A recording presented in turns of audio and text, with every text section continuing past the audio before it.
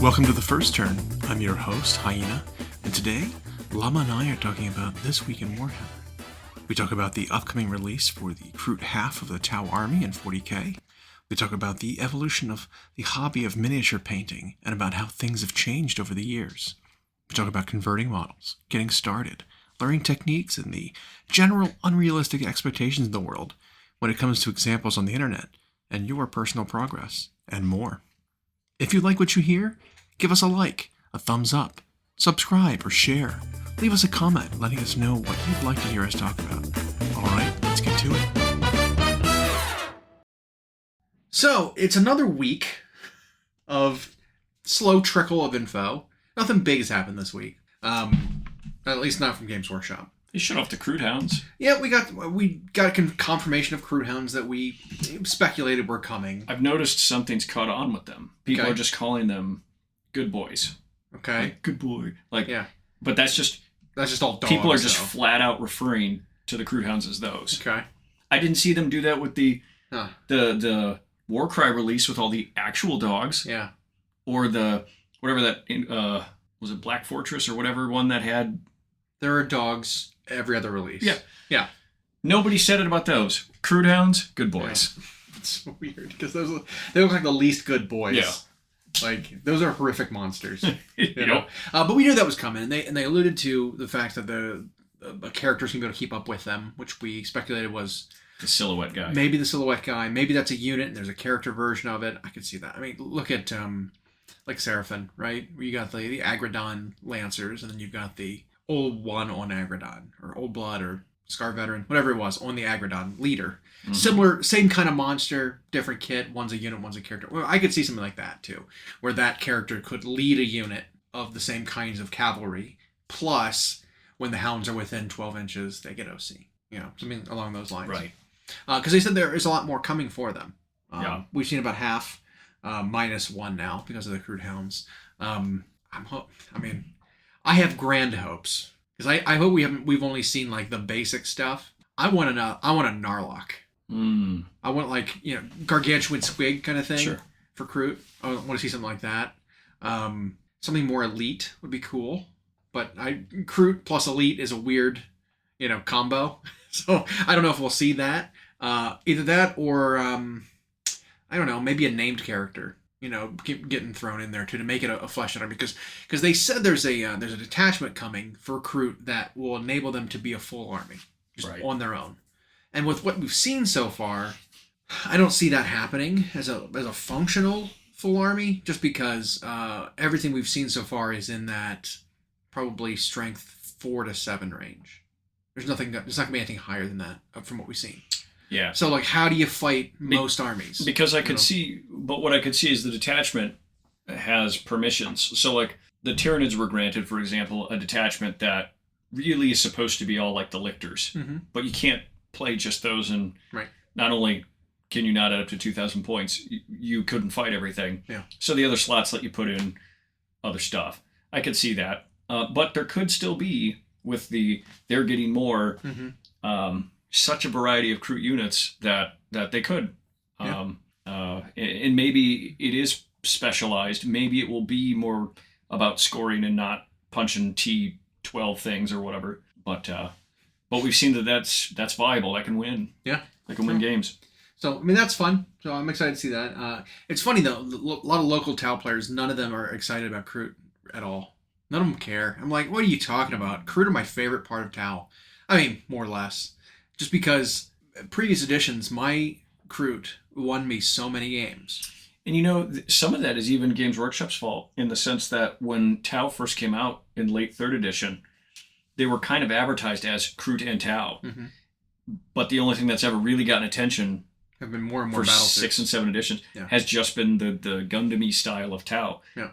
And Kroot haven't. So Tau players got in because of the suits. Now it's like, ow. Yeah, they're expanding our army. My starter box that I got for 3rd edition, I think it was, plastic drumstick ethereal, or the metal drumstick ethereal, that box, was pretty much half and half. Mm-hmm. It was like 3 crisis suits and 1 broadside. It was like 20 infantry, 26 infantry, something like that, because it was like Pathfinder's 6-man team, something weird like that, and then like 20 what were called Fire Warriors at the time, plus the one Ethereal, and then it was like 20 or 30 Kroot, plastic Kroot, plus a Krootox, and was it something else? No, it didn't have hounds. Didn't have a shaper. It might have been 30 and 1. It might 31, but it was like an even number of models between the Kroot and the actual Tau themselves. Yep. There was nothing huge in it. It was just a bunch of infantry essentially. And you're right. So like the numbers wise, it was kind of an even split. Points wise, definitely not, but even number of models for sure. So yeah, I'm glad it's coming. They're going that route, coming back, and I hope it adds something to the army to make them compete in more phases. I'm hoping these Kroot are tough. I'm hoping they've got some punch in them. I mean, the Rampagers look like they hit stuff hard. Well, because Tau have just for so many editions only played in one phase of the game, and like I'm sure there are players who like that. They like to only have to think about that, right? It's like people who just only ever pick a fighter or whatever in D&D because they don't want to think about keeping track of your spells and all that. Fighter. Yeah, and that's not to say you can't have fun playing a human fighter. Yeah. But I think Tau were just the most pigeonholed into one phase of the game, and so they were either completely devastating in that phase, or they just couldn't beat anything because they could only play in one phase of the game. With some instances of movement being up their sleeve too. Mm-hmm. This though, Kroot gives them lightweight, fast-moving scoring options that can potentially punch up in melee. And it could just create what's been most important, in my opinion, at 10th, really diverse ways for them to play. Right. Where you can go all Tau little, all Tau big, all Kroot, half and half, and find some way to win. All crisis suits, which is the way to play right now. And find some way to win. Yep. Yeah, I agree. So I'm excited for that. No ETA yet, but we know the book is coming out, and big release with that, presumably. They showed us the box set. Yep. So we have that box already, and then there should be stuff outside of that we haven't seen. The hounds, for example, aren't in that box. So we'll see what else there is. Like I said, I'm hoping for one big centerpiece-y kind of thing to come alongside. I think that'd be really cool. But we'll see. I mean, they haven't pulled that trigger in a while. You have a big centerpiece thing for an army. Because even like the Norn Emissary was more in the was more in like the Dread Knight or Morkanaut type.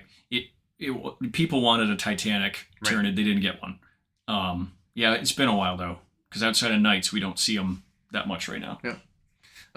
Let's see what else we have going on. We had a spattering of news about things like. Was there much? There was another Horus Heresy character. Yeah. Who looks stuntier than ever. Yep. This guy is a Siegebreaker consul. So another consul of some kind. He's got a data sheet. For whatever reason, they painted him like Sons of Horus, which I feel like it's like, come on.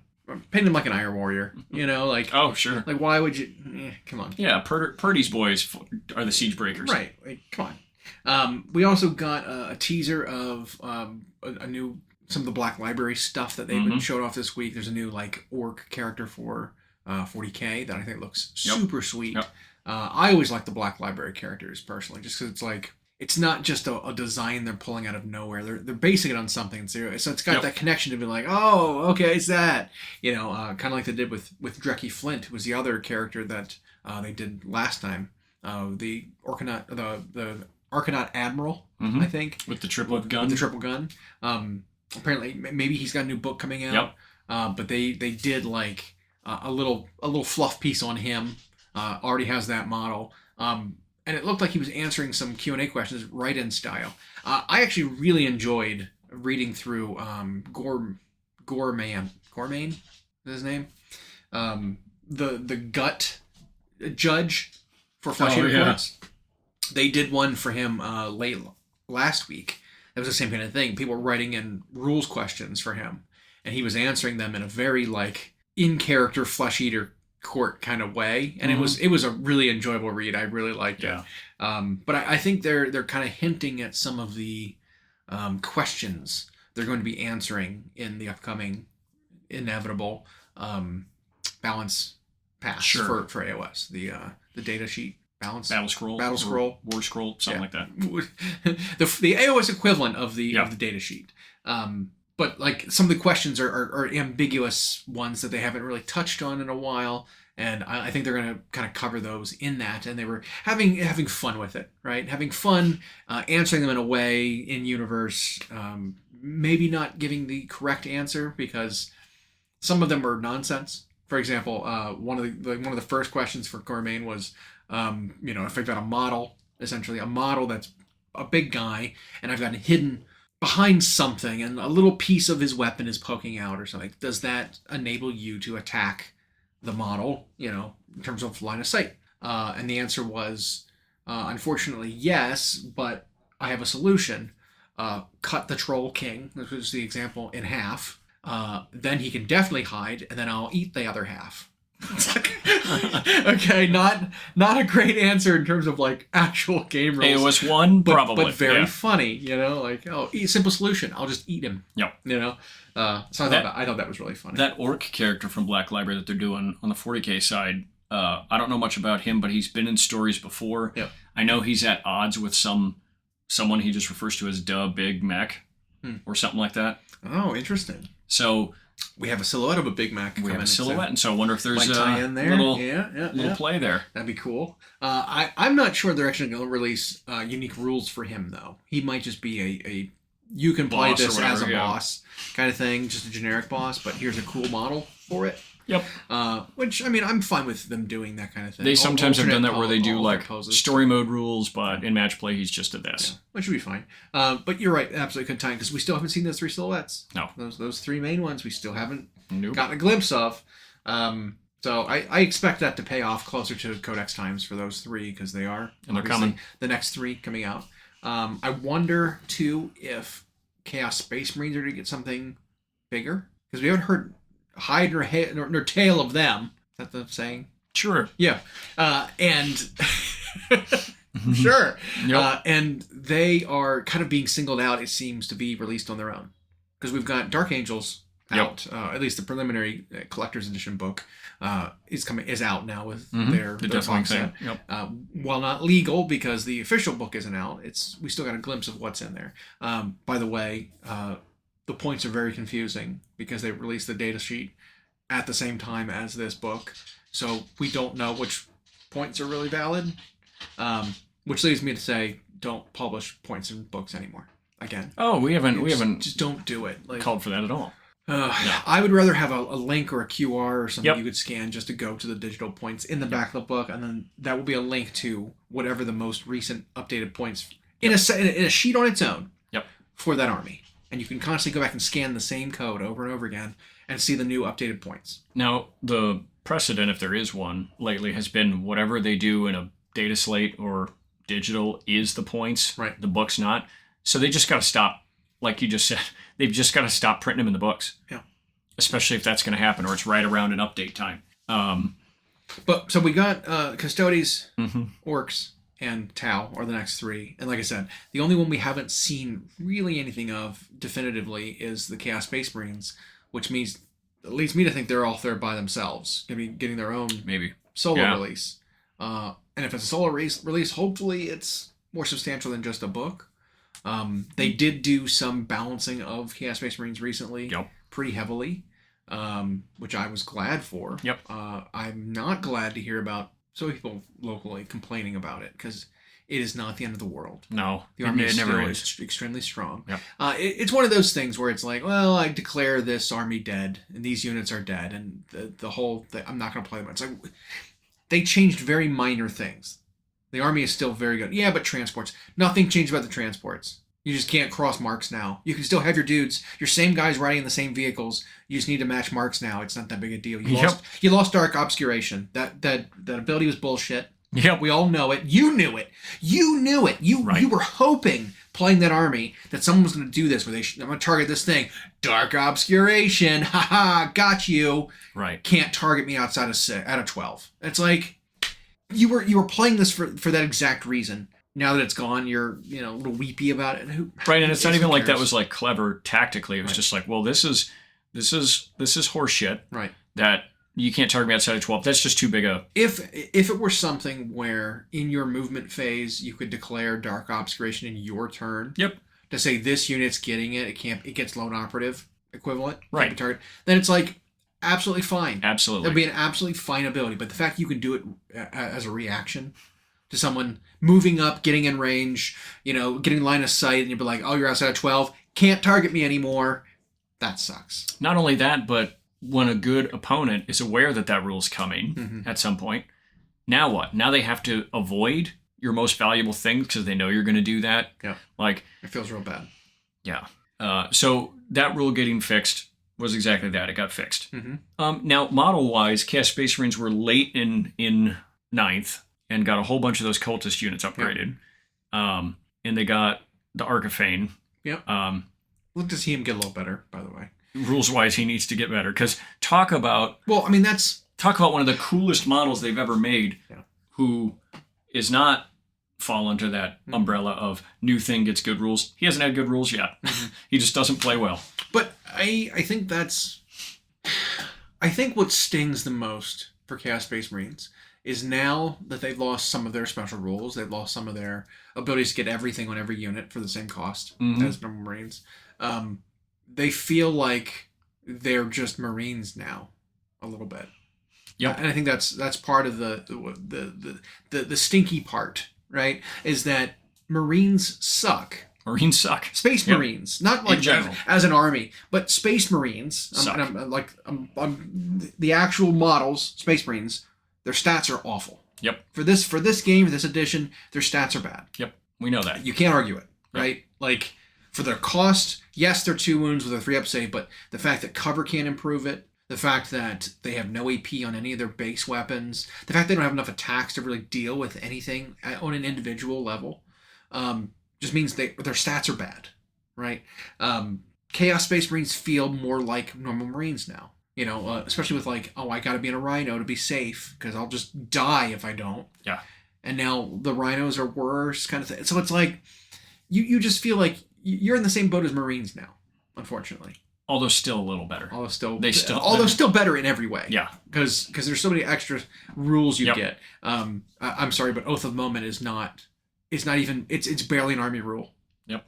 It's not good. Nope. That being said, I think everything could benefit from Marines changing its stats. Like as I've said before, but every single Marine chapter essentially and Legion all falls in that same kind of boat where it's like, well, we're stuck on 4s. For the most part, except if you're a Nurgle, you're on a 5. But a 5 is not great. Well, the only reason Chaos ends up viable is because it does something stat avoidant, where Loyalist Marines are bad stats and have no rules. Chaos Space Marines have bad stats, but they can stockpile marks and all this stuff to kind of make them good. Yeah, you stack a character with a mark with an artifact, all for like the same price, by the way. Yeah, exactly.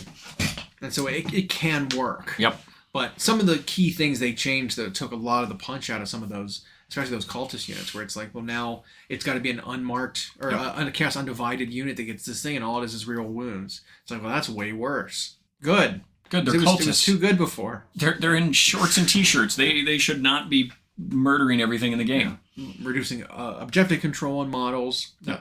I think those fixes for them are correct. Yeah. Now when Codex time comes around, they've got to make the Marines interesting. Yeah. Because you can't have an army that's named Insert Space Marines when nobody ever plays the Insert Space Marines of that army. They play everything else. Yep. Play Demon Engines and Demon Princes and Demons. And Cultists. And on the Space, are we really playing Chaos on the Space Marine side, it's like, we're going to play characters, Dreadnoughts, and Moonshoe guys. Yeah. That's it. Instead of Gravis Armor, then I'll take it. Yep. That's it. But yeah, so, I mean, there's room for improvement there. Stats is the number one thing. Mm-hmm. So you can lower Space Marine points as much as you want. It ain't gonna make them. You're gonna eventually just be guardsmen. Right. Yeah, it's unfortunate. My big thing is I want the strength of guns at the low end to go up, and then toughness to go up a little bit. Right. Like I want guns to go up massively in comparison. Right. Like I want heavy bolters to be like strength 6, strength 7. I want bolters to be strength 5 or strength 6. Because, like, even if it has no AP, it's like, who cares? Strength 6 is still wounding all the same stuff on 5s. It's still wounding on the same stuff on 3s. Like, it doesn't have any, like, breaking points with it being that. Except maybe it wounds guardsmen on a 2 instead of a 3. Or something, but, like, who cares? I want las guns to be, like, strength 4. But then guardsmen, humans, stay, like, tough 3. So you could have that like that variation there. Guard 3, or human 3, elf 4, space marine, orc, whatever 5, and then the variations on that can be strength 6, tough 6 and higher. I want that bottom of the bracket to be filled out a little bit more, because there's only a few things that fit into that tough 5 through 7, and those tend to be the things that are playable. Yep. You know what I mean? Like for any of those armies, like, well, I can't play on a tough. It's characters, guys on bikes, stuff like that. Centurions. Yep. The Gravis guys have all increased toughness. I mean, it doesn't help Terminators, but I think Terminators shouldn't be tough 5. I think they should be at least tough 6. I think they should be up there. They should be tougher than they are, because strength 6 still isn't shit in this game. I wouldn't mind special rules of something like on all Terminators being like, if their strength is higher than their toughness, -1 to wound them. That kind of thing. So they're like capped at how good you can wound that kind of a unit. I would go crazy with it. I mean, we were talking about Catan and how that's a real sensitive subject for a lot of people, because they're very difficult to deal with. Mostly because they've got 4 different gates of defense that you have to get through to actually kill them. And it's impossible to do in one turn. Just the math does not work. Between the half damage, the negating damage on a 5, each point of damage on a 5, the regeneration in your turn, and then the fact they're like tough 11, and then I have a 4-up invuln. It's like there's too many things. There's too many gates to get through to actually damage them, and you generally can't do that in one turn. I want to be like absolutely insane. I want them to go down from like tough 11 down to like tough 6. But I want their defenses to be so good that it's hard to hurt them at all. But if you do, it really, really matters. Like here, maybe not these numbers, but something similar to this. Make them lower tough, make a lot more things wound them, right? But make it so that they've got like a 2-up invuln. I know it's gonna be crazy. Like a 2-up invuln, 2-up feel no pain. But they've only got 3 wounds. Right? Like, and then if you hit them with a D6 damage gun, then it's like, all right, well, I failed the save. 5 damage, well, I gotta roll my 2-ups, and then like there'll be a good chance you get a wound through. But they only got 3 wounds and they can't be healed. So if you get 3 successful damages through, they're dead. And they explode, guaranteed. Like they just blow up. Like I want it to be a real risk reward sort of thing with bringing a Catan. Like if you just roll all 2s all day, it never dies. But I want it to be like 400 points, not 280 or whatever they are. Right. I want it to be an expensive, impactful model. And if you're going to make it tough like that, make it so that if you fail a couple times, it's just gone. You know what I mean? Just something wacky and weird. Something different that just diverges from the normal like monster profile. Because we saw that with the Transcendent Catan being so much better than every other Catan back when you could take that artifact, give it a 4-up feel no pain. Where it's like, now it's the worst one because it doesn't have any real special rules other than the redeploy, but there's a detachment that lets them redeploy anyway. Yep. So every other Catan is being played instead. And so it's like, it's a little weird. But I want like, it's so frustrating because it feels like that a lot of the times where it's like, I can't hurt this thing at all.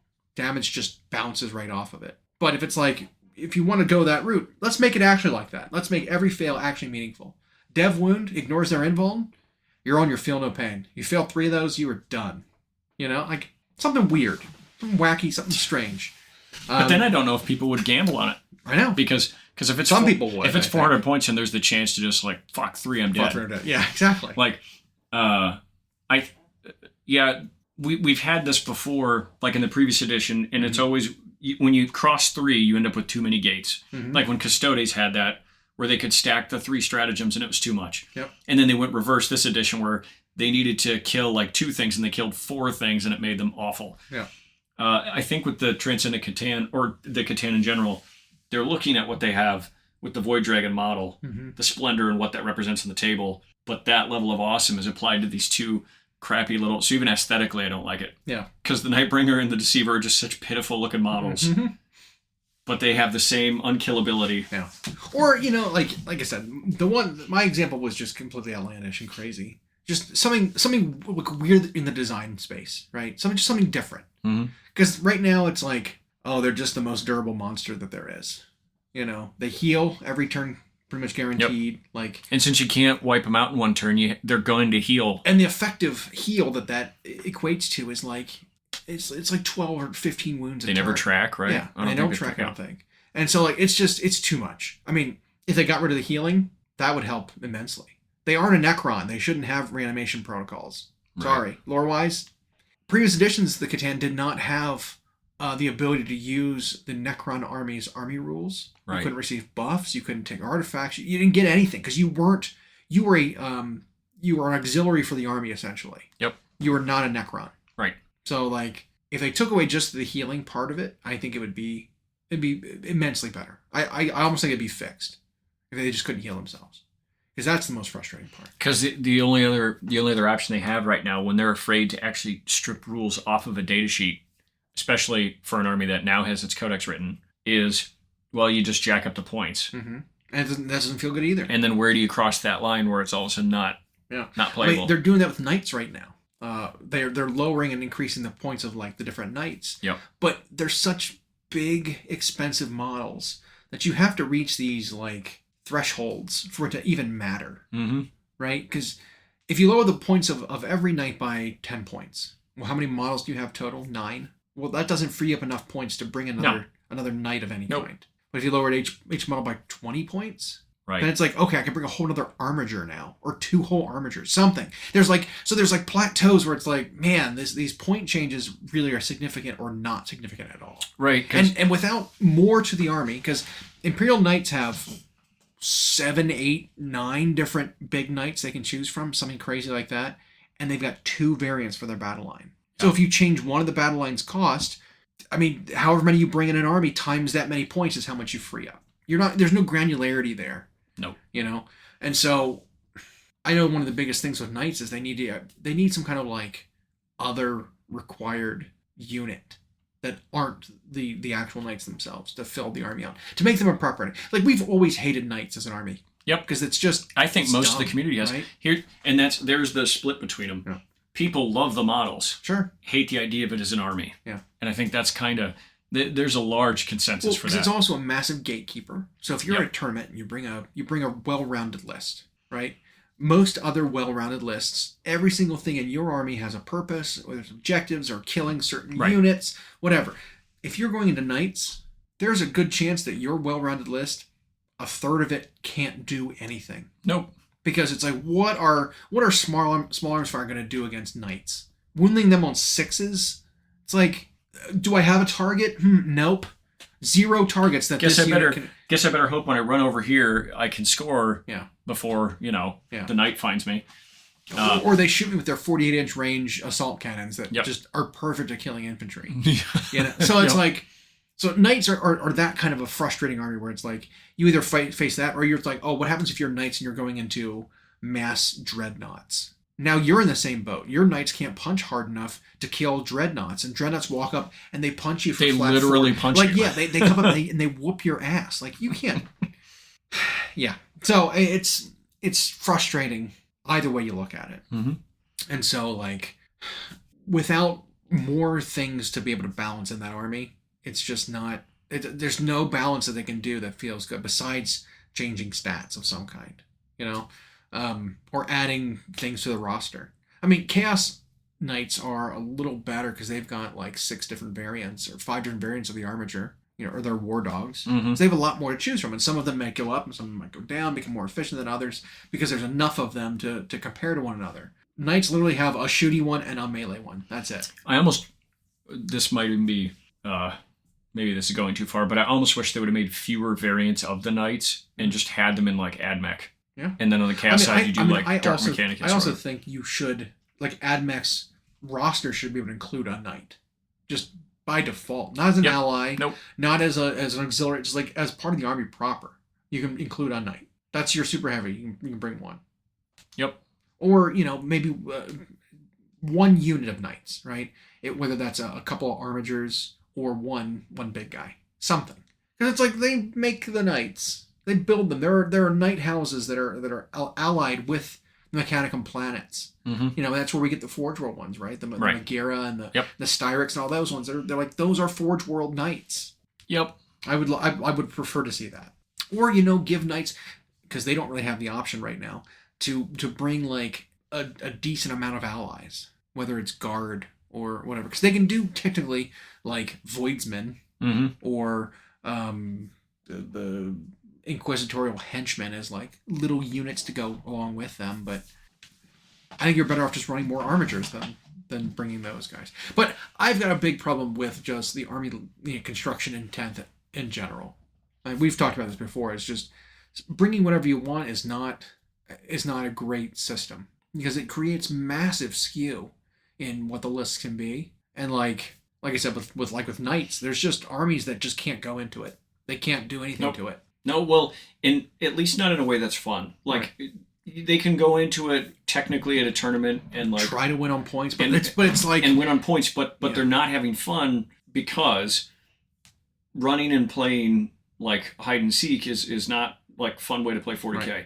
Right. To me, it's like you're running a race, and one of your other opponents in the race is just running behind you, like giving you flat tires while you're running the race. Yep. And if he's just focused on doing that to you the whole time, he'll stay behind you, and you'll win the race. But did you have a good time there? Absolutely not. This guy was just fucking with you the whole time while you were trying to win. And he was the only one who got to be aggressive. He was the only one, and that kind of thing. And having offense is fun. It just is. Yeah. And there are armies. When we talk about armies that can't go into them, that's what we mean is where an army will sit there and be like, well, 1,600 of my points can't even go into them. Mm-hmm. And if the knight player gets first turn, they may just kill the 400 points of mine that can go into them. Right. And sometimes it's not even about list building either. Some armies just do not have the tools. Nope. Right? Some armies, the high strength gun they have is strength 10 in the entire army. Yep. It's like, well, how do you deal with it? Everything wounds them on 5s. That's not good math. Nope. And you can't even bring that many of that gun, probably. Exactly. So it's like, it just doesn't feel good. If every army had access to the type of tools, potentially, the tools to be able to deal with an army like that, then it'd be fine, right? But they don't. I mean, even Space Marines have a hard time because like their highest hitting gun is like a las cannon at strength 12, and usually it's a one-shot gun. Yeah, it used to be the boombox missile guys, but now they suck. Yeah, they're so expensive. Yeah, they're 40 points a model. They're so expensive. Or like melta-guns just being strength 9 is like it doesn't cut it. It wounds almost everything on a 5 that it wants to shoot at. That sucks. Well, yeah, because I know. I mean, we kind of talk about this all the time, but that area at the bottom that you talked about making granular, it's like if they were going to give these new roles to plasma guns and melta guns, which are now the middle instead of the top end, like, well, then you needed to flesh out the targets they shoot at, so there's a bigger middle section. Yeah. Because right now those guns, particularly the melted type, just really don't have a role. Like they're not strong with hit vehicles, but they're too strong like to efficiently go into smaller things. It's waste on infantry, and their points are probably factored in. Yeah. So, yeah, I know it's a thing that nags at me about the game and right now. And to be fair, by talking about this stuff, we make it seem like there's this giant cancerous problem. Right. It's pretty small given what else the game is and is doing, but it feels like, boy, if this pimple were popped, that'd just be there'd be a nice bit of relief there. But let's see, on the AOS side, we've got the Mortarch finally. Yep. Yeah, he's finally coming out. I mean, they showed us, and you're getting two, which was interesting because it was like, here's the free rules for these characters, but it's like, well, you already gave us free rules already. We've already seen this. When the box came out, we had the rules too. Like, three Usherons. Yep. No, I'm gonna get one. Convert to. I'm gonna get one for sure. I've got some other conversions in mind actually that I kind of want to do. I saw a conversion that I thought was super cool from it was a YouTuber, Pete the Wargamer. Okay. And he did a conversion to create I'll call it a Gull Rock, which was one of the old two-headed dragon Chaos two-headed dragons. Yep. And he used that as inspiration to turn Ionis Cryptborn. Oh yeah. That model into a two-headed dragon with being ridden by Eternus, Chaos Lord, basically. So it was a Chaos Rider on top of a Chaos Dragon, and it was really good. It worked really well with that pose, because that pose is so like unnatural, where he's like almost like the Basilisk model, where he's snaky. He's very snaky up high, and then his like chest is lower than his hips, kind of pose. I thought it looked really good. I think he used one of the Hydra kits too. Like the Charybdis. Yeah, where it's got like multiple heads. Because that was a late plastic release for them, and it still looks pretty good. Yeah. So we used like the forked neck to create like two-headed situation, and then use the heads from the dragons and like cast them up with adding extra eyeballs everywhere, using ball bearings and green stuffing like webbed flesh. Flesh. Yeah, that's a good way to put it. And I thought it looked great. Yeah, because Galrock's story was he had like merged with a Lord of Change and his head split. Yeah. And so he was like half of each in both heads. It was super weird. Yeah. But I love that. I loved that conversion. I thought it was super good. I think the conversion aspect of the hobby is, I think, some of the most impressive. Oh, yeah. I'm terrible with green stuff, so I can't pull off a lot of the ideas that I want. I just don't understand. I don't get it. How people are so good with it. Yep. Creating these sharp details. And often you see, like, the color of the putty or the green stuff they're using is like, it's just odd. So it's like, am I just not mixing stuff right to get the consistency I need? Do I not have the right tools to do it? Because like, it always sticks to me. And then I feel like when I put it in place that I want to, it's got fingerprints in it. Yeah. And then no looks like polished. Yeah. And then I leave it in place and I look at it later and it looks like it's melted. It's like, how? How are you supposed to make this work? And some people are every bit as good with Milliput, and now there's like 20 different versions of that. Some people get like Sculpey, like the modeler's clay that you can find at Michael's or Hobby Lobby, and they can do it with that. I don't know. Sculpting's just never something in my years and years in the hobby that I've ever really sat down and spent any time doing. I've only just gap filled. And I'm always impressed by it because sometimes you just know what you want to achieve and you can't find the bit to do it. And be like, well, that'd be great if I could just sculpt it myself. Yeah. Maybe it's worth taking a seminar at something like Adepticon. I can absolutely see that. Learning how to use green stuff. Because I show up with the green stuff and be like, do I just put it together or... and then I do it now? Like, with my fingers? How much time do I have before... Okay. I just don't know, know? I feel like it's a guarded secret that... I mean, we see that all the time with like different painters' Patreons. There are like secret techniques that you can't get unless you pay for it, right? One of the ones we were wanting to test with was using like resin over top of like an air pocket. Essentially, I guess that's the way to put it. Whether it's a balloon or an inflated condom or whatever, whatever the thing is, it's something that is full of air. It creates a surface for the resin to mold around, and then you can remove the bladder later and have the shape of the resin still there, right? Whether it's like a puddle splash, or a broken glass dome of some kind, or energy shields, something that can use that. We were talking about using it to make clouds of dust and stuff. Yeah, where you make that then sticky, and then you do fine powder on it to make it look like it's a cloud being expelled from somewhere. I mean, the way you did it on your Juggernaut diorama worked. But how cool would it have been if we could have figured that out in between those like exploding rocks, tendrils of exploding rocks? You had that dust particulate floating in between. I mean, I've seen people do it with, especially lately with the Votan and like Tau display models, where they have like a drone floating nearby scanning something. They use like a clear, like acrylic sheet in a shape, and they paint it to look like it's just energy lines, and it's floating, holding the model up, scanning something else, and they sell it with like the red line of the laser going up that part of the model. And they have that like sort of laser grid, going up the beam and stuff. So it's like they get some fluoros in there, and like I saw a guy with a Votan checking like his Predator style wrist pauldron thing, and then he did that where he just had that little cone shaped acrylic out, giving him an image. Cool. I mean, I was thinking about doing it using some of the scale models as like, just for terrain, which would be insane to me. But if it was like a bunker, the interior of a bunker or something, and you're flushing out the interior, you're painting all the screens and stuff. Well, maybe there's like plinths in the center with like the readouts on vehicle schematics or tech or something, where you've got just a scale vehicle being held up by a projector style. And then you paint it to look like it's an energy, a hologram, and then you have something like that holding it up to make it look like it's being projected from the pedestal. Something like that for the scale stuff. So I think that'd be super cool too. So I think there's a lot you can do, but again, the ideas of these things are like, they're not widely shared. No, and most of the time you only see the finished product. Yep. And there'll all of a sudden be a smattering of artists who all show it at the same time. Yeah, it's weird.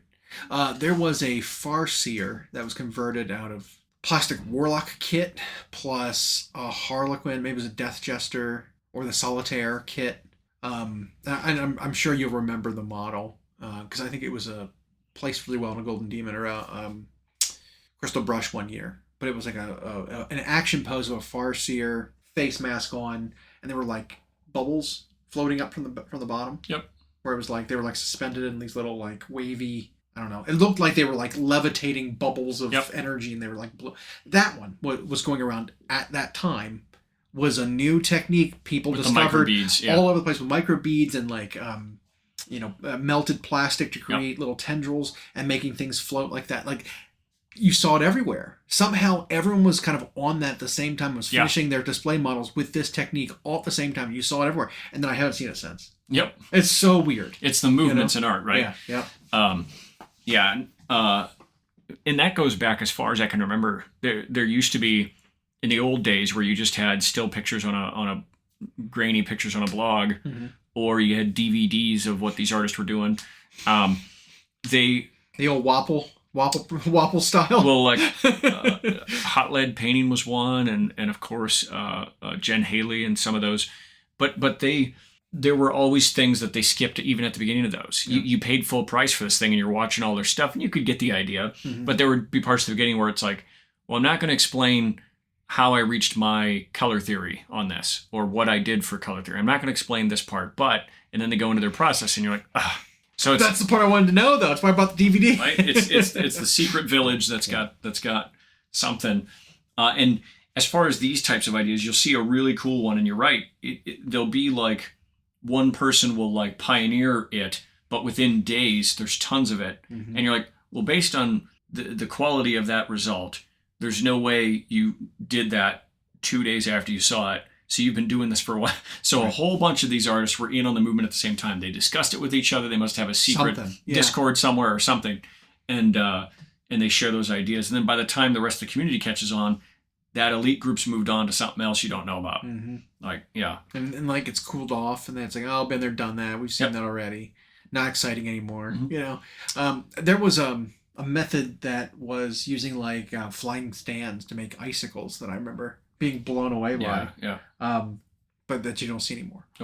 Or like encasing a model under ice was a fad for a bit. Yeah, well, it was underneath it was like fingers sticking up out of the ice and it was like clouded over. That was big for a bit. That went away. Like it's just really interesting that like you know it kind of moves on like that. I feel you could totally still bring back some of those, but you couldn't feature it.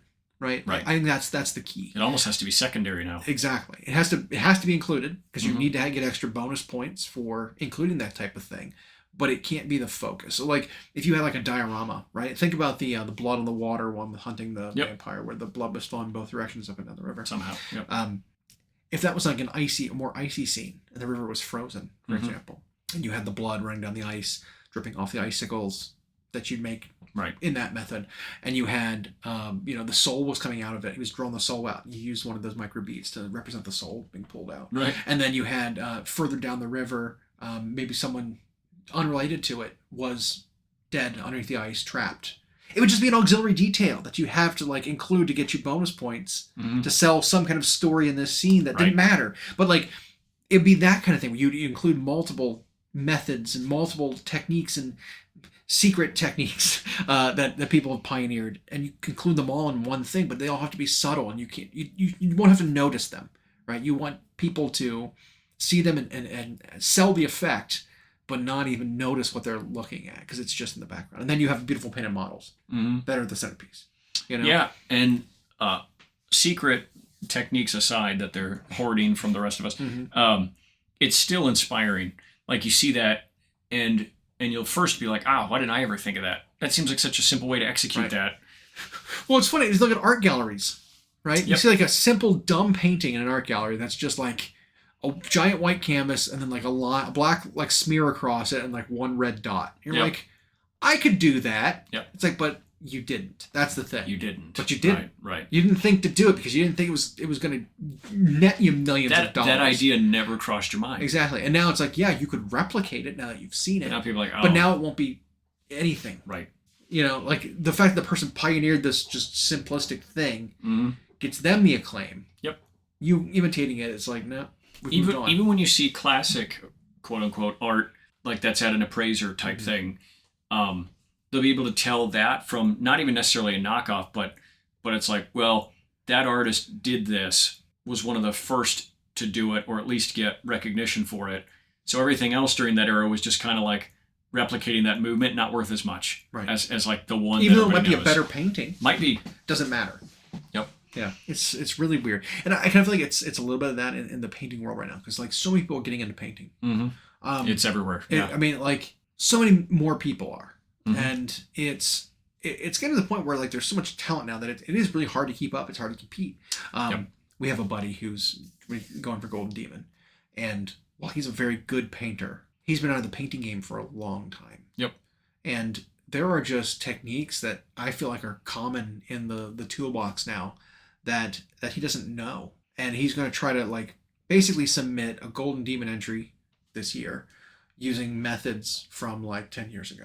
And I just don't think it's going to impress anybody. It's going to look great. It's going to be clean. It's going to look good. But I mean, it's similar to like winning Golden Demon entries from previous years. You look at them now, it's like this would not even have gotten a second look in today's painting world. Well, you'll have some that will like, but you can count them that stand the test of whatever. Sure. But that's just it. Unless you painted to that level back then, carrying that methodology forward it's tough to wow somebody. Yeah. And more information is shared more rapidly now. It just shows up in your feed if that's what you follow, and so it is hard to be original, but it is still inspiring. But I just feel like I never get around to another project by the time that movement has run its course, and so I don't get to take part in it. Because even when I see one that I think I could replicate and maybe even tweak it in a way that nobody thought of, and it's like I could make a very interesting. It's like, well, everybody's moved on from that one now, so yeah.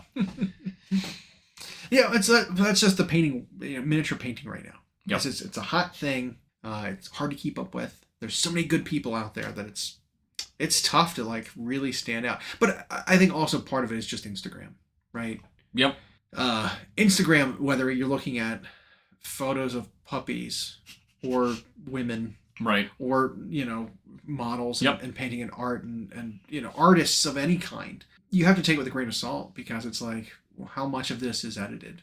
How much of it is not real? How much of it is filtered? How much of it is, trickery of the camera? Because a lot of those things are that. Yep. That it's like getting discouraged because yours doesn't look like that. It's like, well, nobody's looks like that. And you know what's what's like, interesting though, and this maybe isn't something for the show, but like there's something to that in every genre, not just art. That the things that people tend to follow on something like Instagram, they love to follow it and look at it, but there's nothing rewarding about looking at it, and so they have to keep looking at more to I don't know, get that dopamine hit or whatever, and then they realize they're not accomplishing that or doing that with their version of it, which makes them feel down, and so then they run right back to it to like try to get it up again. So it's like this it's like a whirlpool. It's this self-defeating kind of cycle sometimes, and I think you have to get away from the consumption and get to the execution for sure.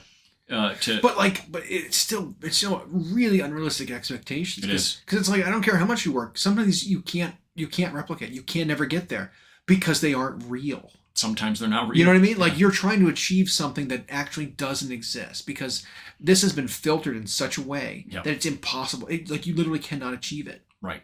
That it's like you're aspiring to something impossible, and while that's might sound like that's a noble ambition. It's like, yeah, but because you never achieve it, you can't achieve it, you're never going to succeed. Right. Like you can be the best painter in the world, but if you can't get there, I don't know. It's just really interesting. So like, I would encourage people not to look at Instagram. Or at least spend way less time away from it. Like, look at stuff in person, like. Absolutely. And so that's one of the things that I was kind of getting towards is the models that you see in the cases at a competition, in person versus perfect angles, perfect lighting, filters, whatever that you see online. Right, and they're using their photo editing software, and right. It is kind of eye opening when you see it, the same model in person as it, because you're like, oh, seeing it in person, it's like, okay, this is totally achievable. Yes, I get it. Yep. Whereas you see it in the photo booth on like Instagram, it's like, how, right? You know, and so like that being said, right, like our buddy's models that he's doing look really good in person. I mean, maybe this is the level that you could see some stuff online as being like filtered and it turns into that. But like, it's going to look good. I just don't know how it's going to hold up towards other things in person is what I'm kind of getting at. While he's very good, but it's just a big question mark. I don't know. This could also be, it's like that find out where the bar is. Yeah. So when you've been away from it for a while and you come back, sometimes some people might think this is counterintuitive. Sometimes jumping right back into competition like that is good because you're finding out where you are and what you need to work on. Right. And I hope if that's the case, if when his piece is done, if it wins something or not, that's what he finds out is where he is. Because we've had some folks who compete who don't win anything, and they come up with a completely different. They think they knocked it out of the park, and when they don't win something, they end up saying, well, I must just suck then. This was the best I could do at the time. This is the best I can do for this competition without knowing how the competition is judged, how, what's favored and what's not, what's the correct amount of work I need to put into something to reach the levels that the competition requires, that kind of thing. Coming away and being like, well, I put this time in and it was just a waste because I didn't win anything, so I'm not going to do it anymore. I must just suck now. That kind of thing. It's like, that's the wrong takeaway. Like you need to get your stuff in there and see how it compares and how much time you put in there to gauge where you are and how much you need to practice, what you need to practice on, And for me, like I get way more excited consuming the visual information when I see all these models in person than I do on, say, Instagram. Like it's cool to look at stuff on Instagram and get inspired by things or even ask the artist. But like, when I go to Golden Demon or I go to any of these things and I'm looking at them in person, I actually like that it's not through a filter. It's not lit a certain way. It's not put with a background to have a particular type of contrast. There's no cheating. I actually think the really good looking stuff in person ends up looking better in 3 dimensions than it does on social media. Plus, I actually like when I can look at it and see maybe what technique was used. Maybe you can pick out how the brushwork was done. You can pick out how they achieved that contrast. You can pick out maybe even what kind of paint they used, what kind of conversions were done. All of that in person, I think, is valuable consumption more so than just looking at endless pictures. But to your point, that's also a good way to tell where you are. And I think you should learn from it and use that to apply it to, and then try to do it, try to apply it and fail trying it and not figuring it out until you figure it out. Well, the most recent hiccup said person ran into was he hadn't painted faces in a while, and the heads on modern models, especially Games Workshop plastic humans, are such detailed, crisp detail, small, like heads and faces that it's almost like you can't trust your eyes to look at it. Like you need an implement to see it better. You need magnifying glasses. You need something to see better in there of what you're doing. And then if you're not used to, the fine motor skills necessary to paint that face, I mean, he was getting frustrated just trying to paint the eyes on, because he hadn't painted human eyes in a while. Right. And so it's like, it doesn't get any easier. It's always that hard. Yeah. It's just knowing, doing enough to get the reps in to have done it where, you can accomplish it both successfully and meaningfully on your competition piece. Practicing on competition models is cool and all, but like with any sport or a skill in general, you need to practice on on dud projects to get at least early, to get the motions down, to learn what you're doing. So when you get to that point, you're not just flubbing it. Right. The nice bit was that he did come out with something that was he was happy with, which was good. But like I said, I wonder if they're going to value as judges old style techniques. Maybe there is something timeless about some of those paint techniques that were invented early on in Warhammer. Maybe there were ones. I mean, layers and glazes will always be used. Yeah. And it's not even. Sometimes I'm sure the judges will look at something that's finished and they wouldn't be able to tell what technique was used, but there's certainly new aesthetics. That I think, because the way, for example, NMM is done now on sharp edges is very different than the way it used to be. That's not to say the old one didn't look good, but the variation before, you typically did like a dark to light gradient or even checkerboarded it if it was like a two-sided sword. But now you want to do primary, secondary, tertiary reflections all over the place. So, but it's not that much different, right? You take those checkerboards and you shrink down some of the squares. Yep. Instead of it being like the entire blade along this length is reflecting, right. Now you focus it more towards the edge in a much smaller, almost maybe even like a starburst kind of shape. Instead of that square, you squeeze in the sides into the center, and it creates like that reflective spot. Yeah. Or I've seen a lot of NMM now be full blade gradient. Yep. From base all the way to tip. It's just one smooth gradient, and then towards the end is where like the reflection hits like that middle like that curve of the blade. And I think that looks better than that. I've never liked the power sword look. No. Where you're like, I'm gonna take an airbrush.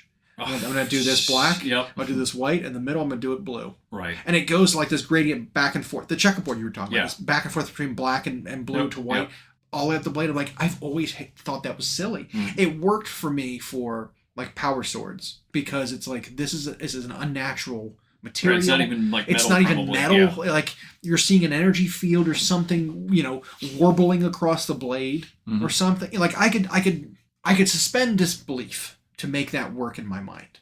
But when you have that sort of pattern on just like a combat knife, it's like it doesn't work. Like I don't like it. I think it looks weird. I'm glad we've kind of moved on from that into more realistic. It's more like updated styles even more than techniques, because they'll use the same brushstrokes to achieve that.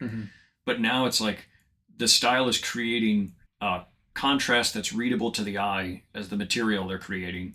But then they're doing contrast within a space, within an object, within an ambient. With an overall, focal point of the light. Like it's this highlight down here on the sword is different than the highlight up here on the sword because it has to follow the shape of the object. And then, so this highlight down here is a different color. It's different and then people size. are doing reflective and yet it's working in 360 degrees of space. So it's art concepts now and not like just painting an object to look like an object. It's like I said, I mean, probably episodes ago, weeks ago, months ago, whatever. It's the painting game is now more of, especially people that compete, is artists painting miniatures, not miniaturists playing artists. Right. So it's not like it's not gamers. It's not the competition isn't here's a gamer who paints their model good. Right. It's like these are real artists getting into miniatures as a medium. Yep. And so it's like, if you are an artist competing here, I mean, this painting competition isn't for you.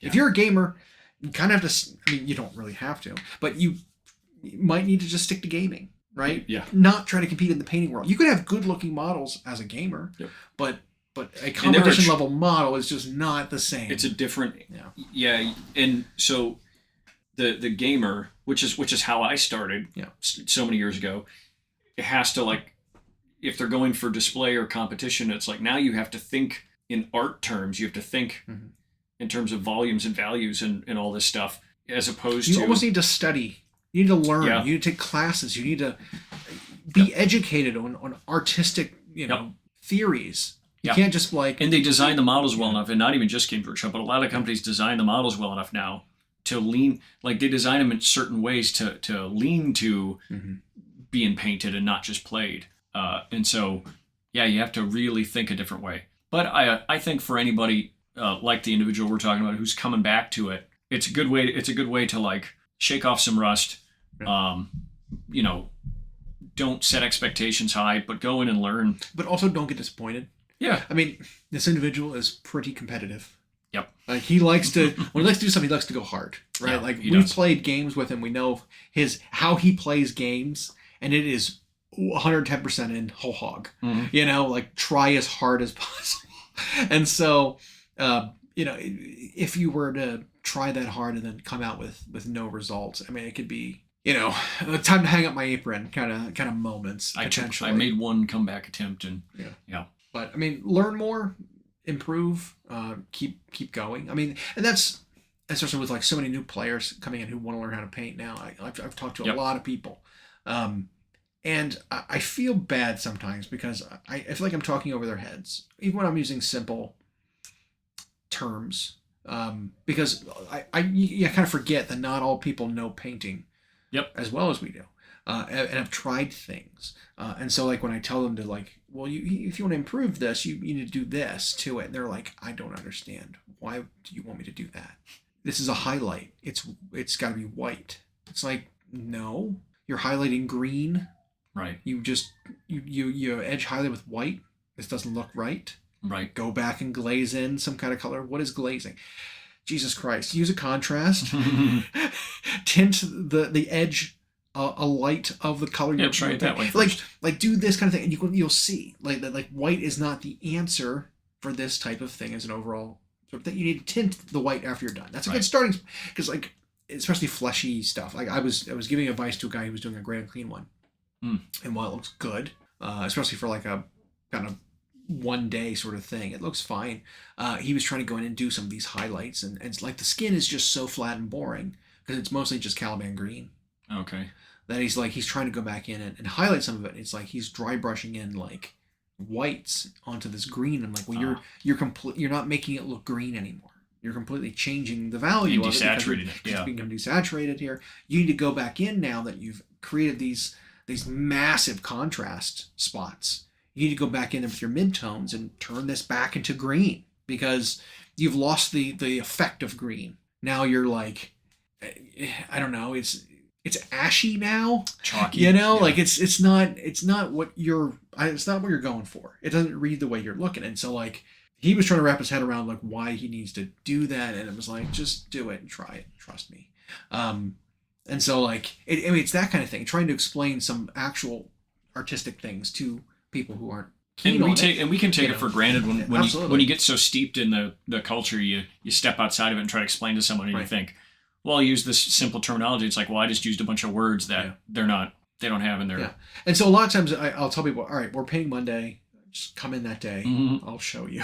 Like, because it's easier than trying to explain it to you. It's like, here's a tutorial. Here's a video that I know of that does it. Just like, come in, I'll show you. It takes 1 minute. I'll show you what I mean. Or I mean, going back to like balance stuff for games too, like because we're so steeped in it too. People lose a little perspective on like what a small change means. Yep. An outside observer hearing changes to a game, they might say that doesn't sound like anything different to me. That it's meaningless. Because when I try to bring up the granularity of stats to people who have started in 9th or 10th edition, who haven't played for very long, right? I talk about the granularity of the stats needing to change, and like it's just a lot of times just blank stare. I mean, like, I don't understand what you mean. And it's just like, how do I explain this to someone who just doesn't get it? Like, it's very small differentiations to create breaking points, you know, matter a lot. Even though it feels like it's this big. Yep. You know, it's like a very small thing, but you know, when you know the ins and outs of it can make a big difference. But taking a step back from that, you look at it and it's like, okay, none of this matters. You know what I mean? It's from an outside perspective, it's like these two images look exactly the same to me, you know, with the changes being made. So, but I feel like that's anything you get really into, right? Like everything has its own language. Everything has its own language. When you know the minutia of anything, very small things can make a big difference in your mind, but mean nothing to other people. Yep. You know, it goes like that from art to, you know, trades, job performance, cooking. Yep. Anything. I mean, there's a massive difference between adding, you know, heavy cream or, you know, cream cheese. Like when you're making, there's a big difference between two things that are basically the same thing, because one kind of comes from the other, but big differences. Yep, and there's a big difference between just flopping a low-grade piece of meat on a heat source and buying a high-grade piece of meat, treating it correctly, seasoning it properly, having it come up to room temp, brining it, all that stuff. Makes it very different. Might not seem like it's a difference, but when you're very experienced with it, it makes all the world. I am very experienced with food. I would like to go be more experienced with food. I can point out right now that I know I need some. I need to go get some experience. Thanks for listening. We hope you enjoyed. Check out our new episodes every Friday on Google Podcasts, Spotify, and Audible, or on Podbean. You can also follow myself and Llama on Instagram for more. We are at Hyena Paints Minis and at Llama Paints Minis. Music provided by Kevin MacLeod at incompetech.com. And as always, we'll catch you next time.